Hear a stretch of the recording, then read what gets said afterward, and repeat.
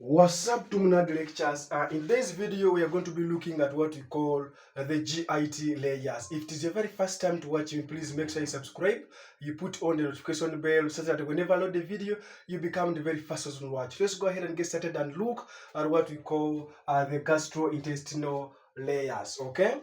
So now, when we talk about what we call the GIT layers, the GIT is made up of mainly 4 layers, okay? You're going to be having four basic layers, of what we call the GIT, okay?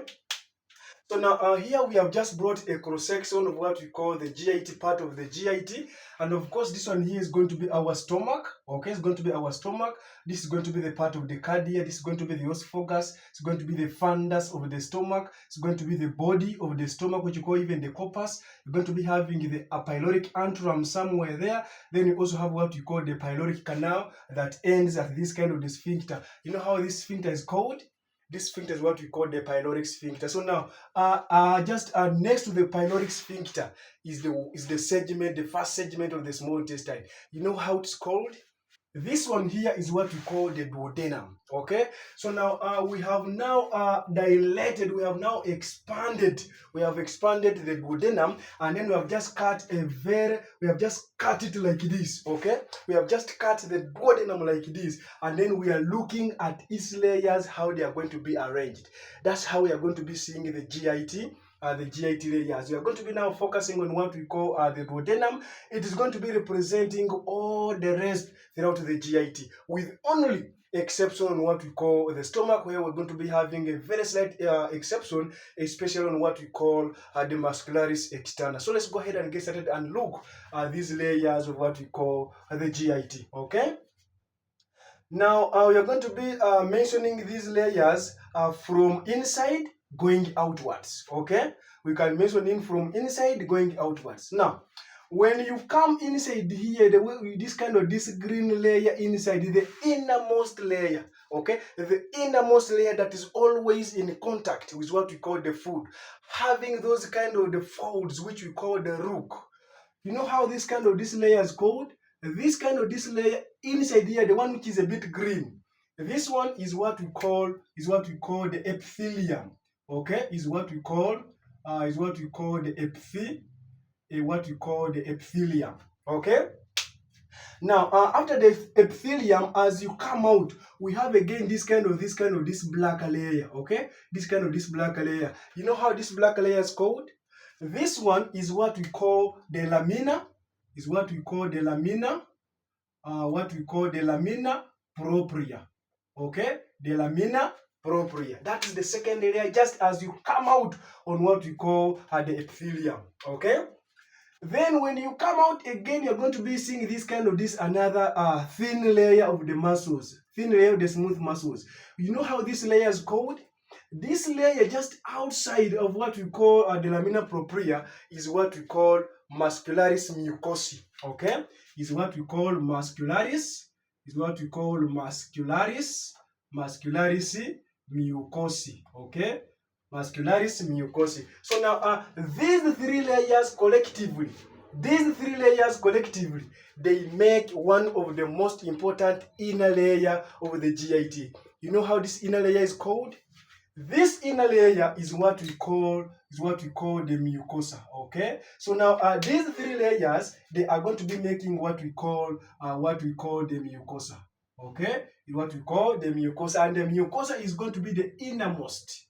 Okay, it's going to be the innermost layer of the GIT. Okay. So now it's such another beautiful thing. So now the innermost layer of the GIT is going to be what we call the mucosa, having the epithelium, the lamina propria, and then muscularis mucosae, that aids in very slight kind of the contraction, that aids in what we call glandular secretions. Okay. Now, as you come out from what we call the mucosa, you see you're going to be having this kind of another layer. You see this green layer. Okay, you see the whole of this green layer. You know how this layer is called? This layer is what we call the submucosa. The fact that it's just next to what we call the mucosa, we simply call it the submucosa. So now this layer is what we call the submucosa. Okay? is what we call the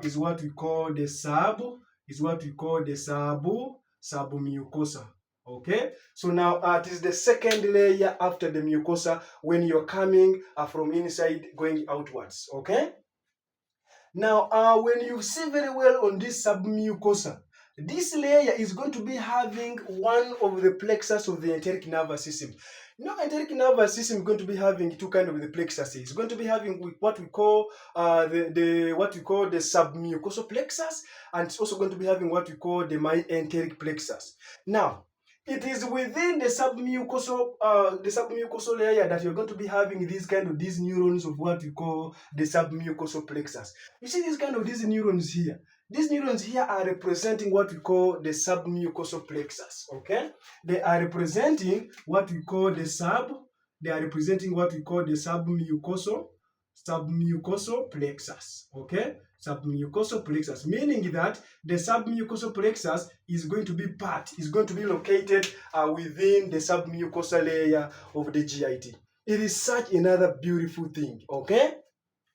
And then, of course, this submucosa is going to be having what we call glands, going to be having the lymphatics, is going to be having the blood vessels. So now, this kind of the submucosal plexus is going to be aiding more especially in what we call glandular secretions or secretions of what we call the GIT. So now, this submucosal is going to be mainly for what we call aiding in what we call secretions.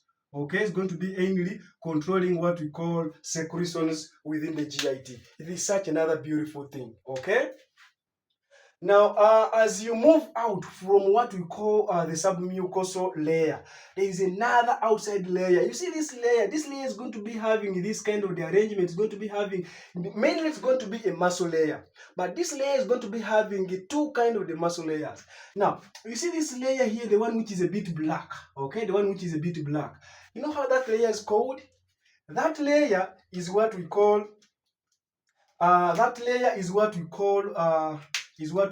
the inner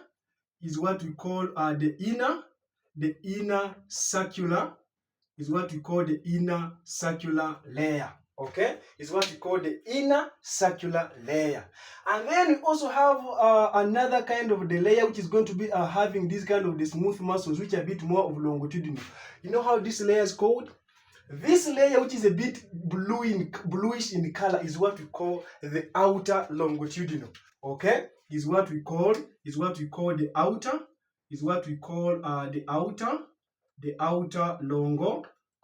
longitudinal. Okay, is what we call the outer longitudinal. So now these two layers, the inner circular layer and then the outer longitudinal layer, collectively together, they make the muscle layer of the GIT, which we call muscularis externa. Okay, so now these two together, they make what we call muscularis externa. Okay, they make what we call muscularis externa, meaning that the GIT, we are going to be having the muscle layer is going to be having what we call the inner circular layer and even also what we call the outer longitudinal layer. Now, for the case of the muscularis externa, we are going to be having an exception whenever we reach in what we call the stomach. In the stomach, this muscularis externa has again another third layer. You know how this third layer is called? It is what we call the inner oblique. So now, for the case of the stomach, muscularis externa is going to be somehow a bit different. How is it different? We are going to be having, for example, we are going to be having stomach, what we call stomach muscularis externa. Okay, stomach muscularis externa. Now, the stomach muscularis externa is going to be having the following. It's going to be having the inner oblique. We're going to be having what we call the inner oblique. Okay, the inner oblique. Then we shall also have what we call the middle circular. Okay, we shall have the middle circular, and even also what we call the outer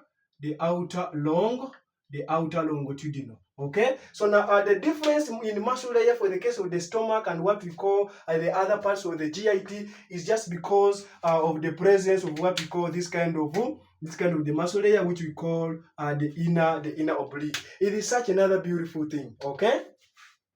that makes what we call the third layer. So now we have said that the first layer is going to be the mucosa, and then the second layer is going to be the submucosa. The third layer is going to be the muscularis externa, and what is the last layer outside, the most outer layer of the what we call of the GIT? You know how it is called?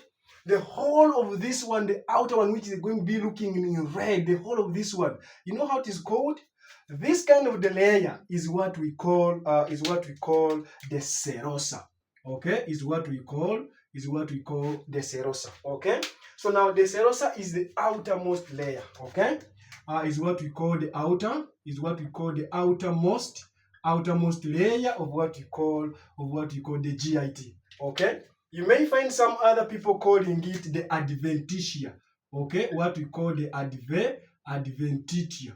Okay, adventitia, that's another name for the case of what we call the serosa. Okay, so now this becomes the fourth layer. This becomes the fourth layer of the GIT outside. Okay, now when we come to the what we call muscularis externa of the GIT, we are going to be having between the inner circular and then the outer longitudinal, we have these neurons. Okay, these neurons, they make another plexus of the enteric nervous system. You know how this plexus is called? This plexus that is residing between the inner circular layer and then the outer longitudinal layer is what we call the enteric. Okay, this layer here is what we call the enteric. Okay, what we call enteric plexus. Okay, enteric plexus. It is that kind of the plexus residing between what we call the inner circular layer and even also what we call the outer longitudinal layer. And this is the kind of the enteric plexus that is going to be aiding mainly in what we call motility and even what we call, which is generally what we call peristaltic movement within the GIT. So now this layer is going to be mainly for what we call peristalsis. Okay, so what we call peristalsis. It is so such another beautiful thing. Okay. So now, this briefly covers what we call the GIT layers. We have said that we have what we call the innermost layer, which we call the mucosa, having epithelium, lamina propria, and even what we call muscularis mucosae. And then we said that after that one, we have what we call the submucosa, which is going to be having blood vessels, the lymphatics, even some what we call this kind of the submucosal plexus, which also aids in what we call secretions within the GIT. Okay. And then we said that the third layer is what we call the muscularis externa, having the inner circular layer and even outer longitudinal. But we said for the case of the stomach, we're going to be having the inner oblique, middle circular, and even what we call the outer longitudinal. And then we finally said that the outermost layer of the stomach, the outermost layer of the whole GIT is what we call the serosa, which can even also be called what we call the adventitia. Okay? TUMNAD, I have talked a lot of things, and I'm very sure whatever I've talked is making sense. Please make sure you support me, and you can do that by a couple of means. You like the video, comment down in the comment section, and subscribe. Thank you very much for watching, as always, until we meet next time.